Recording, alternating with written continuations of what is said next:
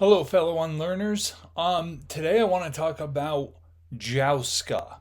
It's a word I just found out. This word Jouska means a hypothetical, often repetitive conversation that you compulsively play out in your head. I tried to find where the word was from, and apparently it is a new made up word. That's a made up word. Who was made up? And I was looking to find out what it was because I remember years ago having a conversation in my head, and it occurred to me in the middle of the conversation that I wasn't talking to the person that I was having the conversation in my head with. Who are you talking to?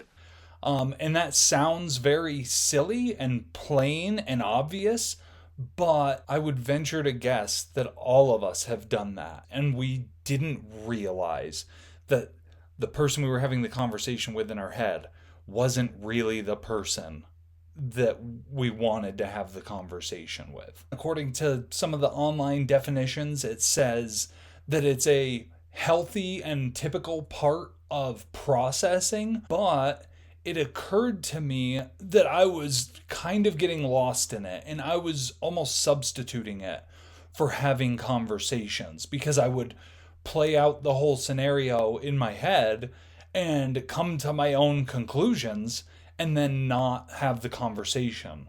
So I think it sowed a lot of disconnection in my relationships. I think it sowed a lot of fear in me because I was predicting what somebody else would say without knowing that they would say it. To tie that back to a video I did before about the fiery darts of Satan, how they get into our heads, like a thought or idea will plant itself and we will take it and run with it. And I think this is one of those things where that happens. And it all comes from these ideas and imaginations that we have about ourselves and about other people. And I thought by doing this, I could control the outcome of a scenario. And there are a lot of problems with that, but one of them is I can't, and I shouldn't have to try.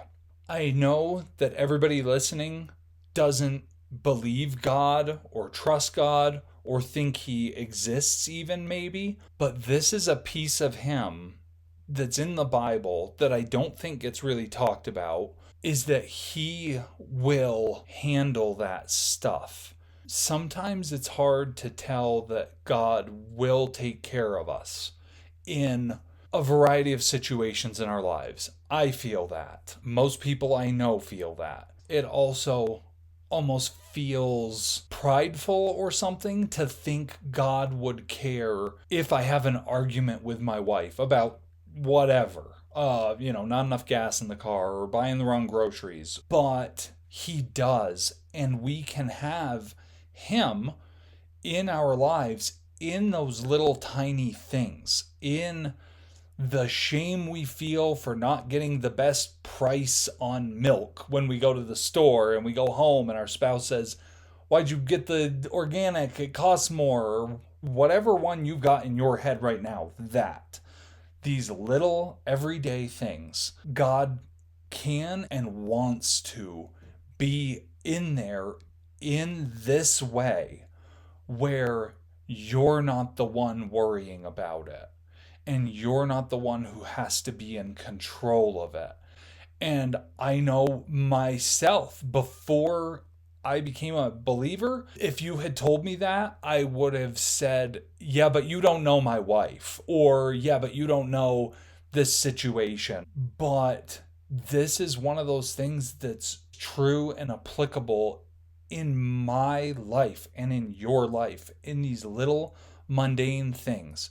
We want it sometimes to be big life decisions. Do I buy this big thing? Do I go to this school? Do I say this big life-changing thing to my friends or family or kids? And while those things are also a part of this, it's these little things that God is a part of and involved in our lives with that I think get us to those gigantic things and make those less scary.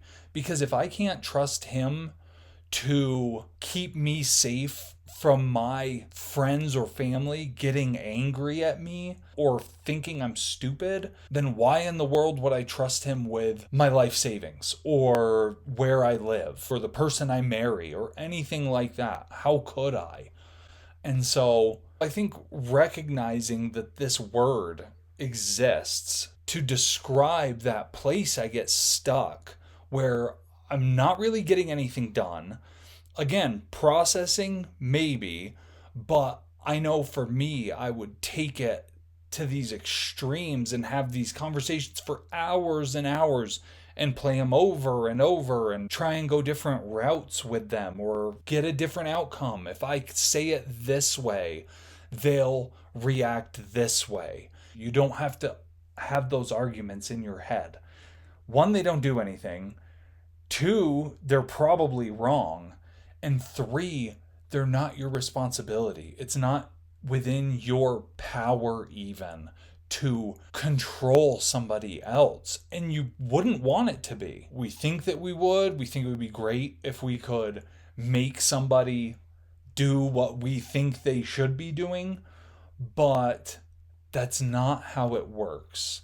And it shouldn't be how it works. And the way it works, if you know what it is and how to do it and engage in it and live in it, is so much better. It just takes so much pressure off. It puts peace into our lives when we aren't the one who has to figure all this stuff out. So I hope that encourages you. I hope it opens your eyes and your mind a little bit about how to live out your day-to-day life in a little bit more trust, in a little bit more peace and freedom and security. I hope also that you like, subscribe, click the notification bell so you see new videos, and leave a comment and come back and check us out in the next episode where hopefully we'll have more good stuff to keep you going and encouraging you.